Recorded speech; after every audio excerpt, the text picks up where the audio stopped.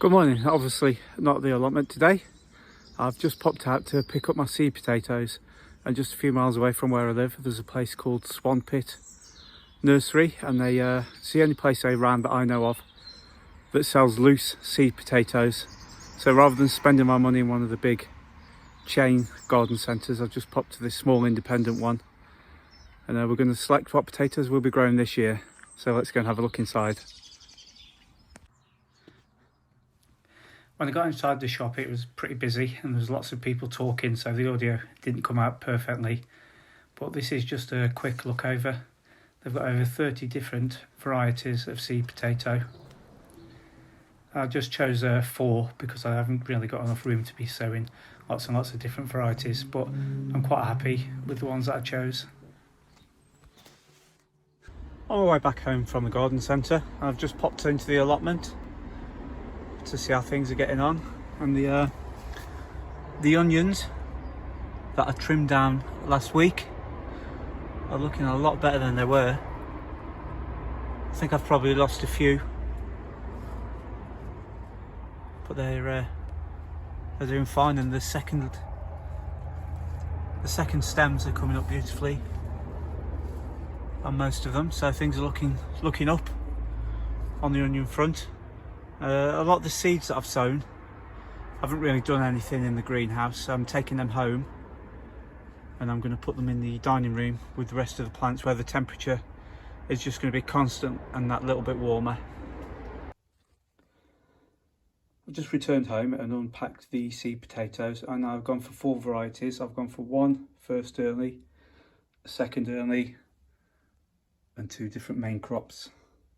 So the first early is Home Guard, which I believe is a traditional British potato that was very popular in the 1940s during the war.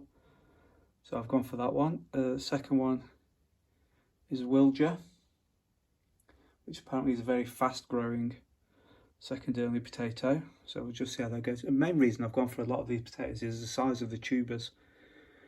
I really can't be doing with fiddling around with tiny potatoes trying to peel them, so I've gone for the larger tubers.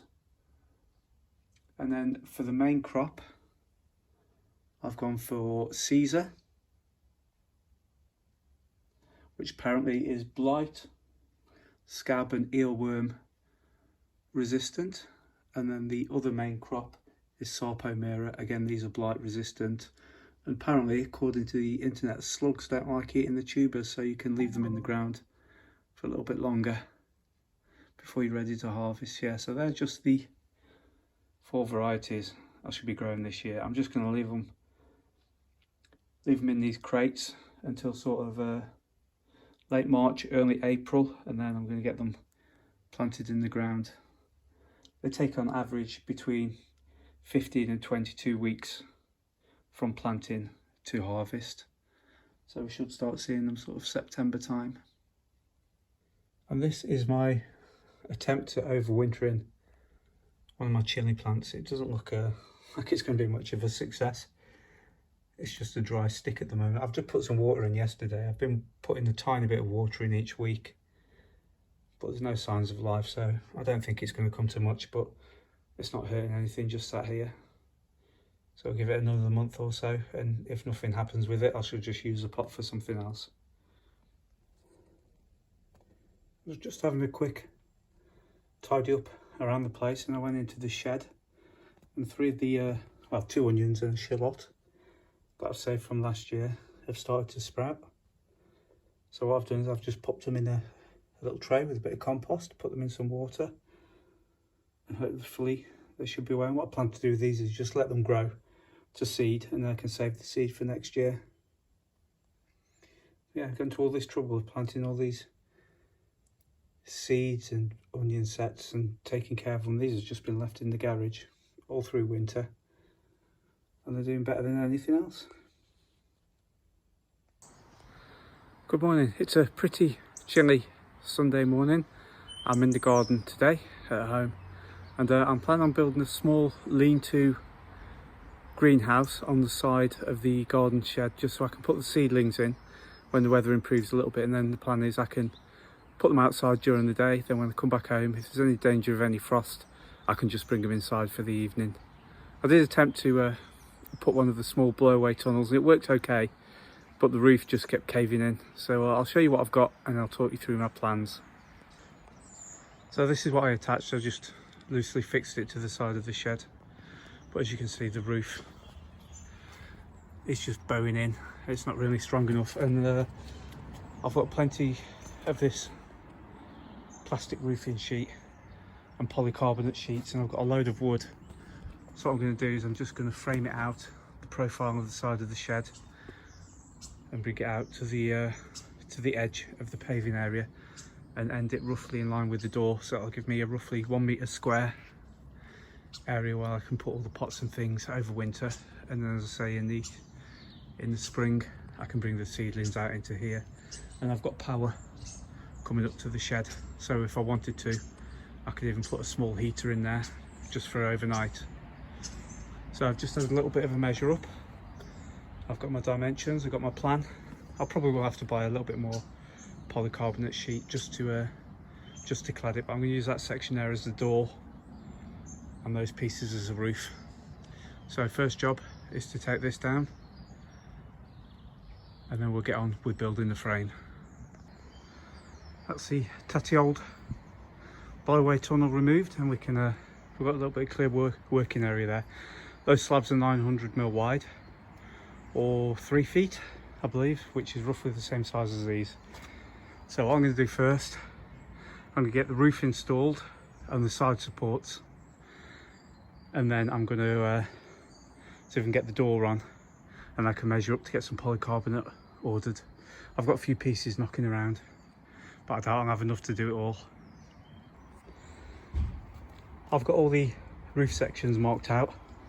I've taken all the corrugated plastic off, retained all the clips, and we've got the circular saw set up. So I'm just going to cut all the pieces down to size and get them screwed together.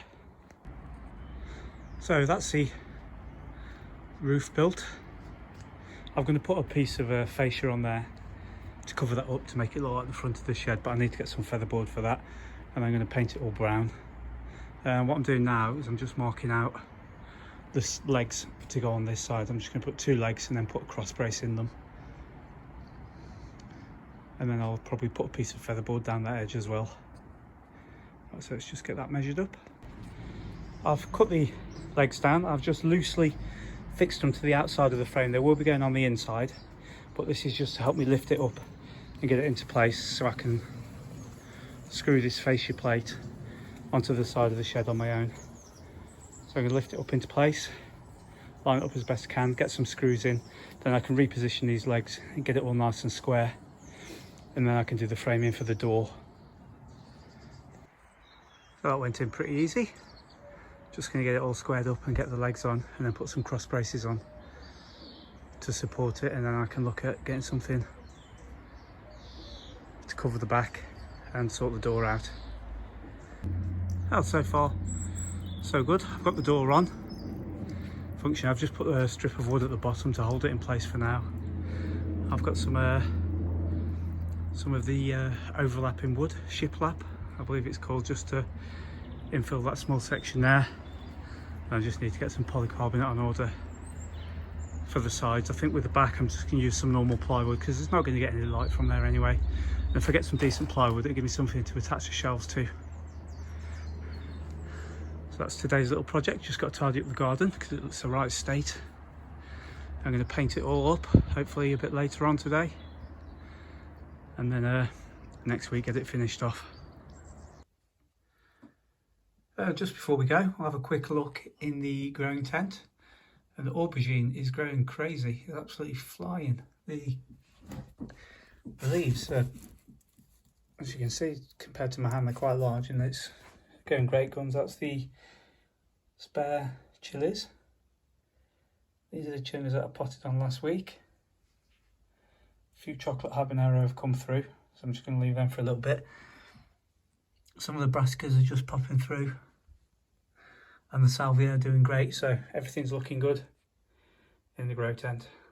The work on the lean-to greenhouse came to a bit of an end. Shortly after I filmed that, it started raining, typical, and then it's gone dark since then, so I've not really had a chance to do much more on it really. But hopefully I should get that all finished up next week. So all that's left to do is say thank you very much for watching. Hope you enjoyed this week's video, and I look forward to seeing you again next week. Thanks very much, and goodbye.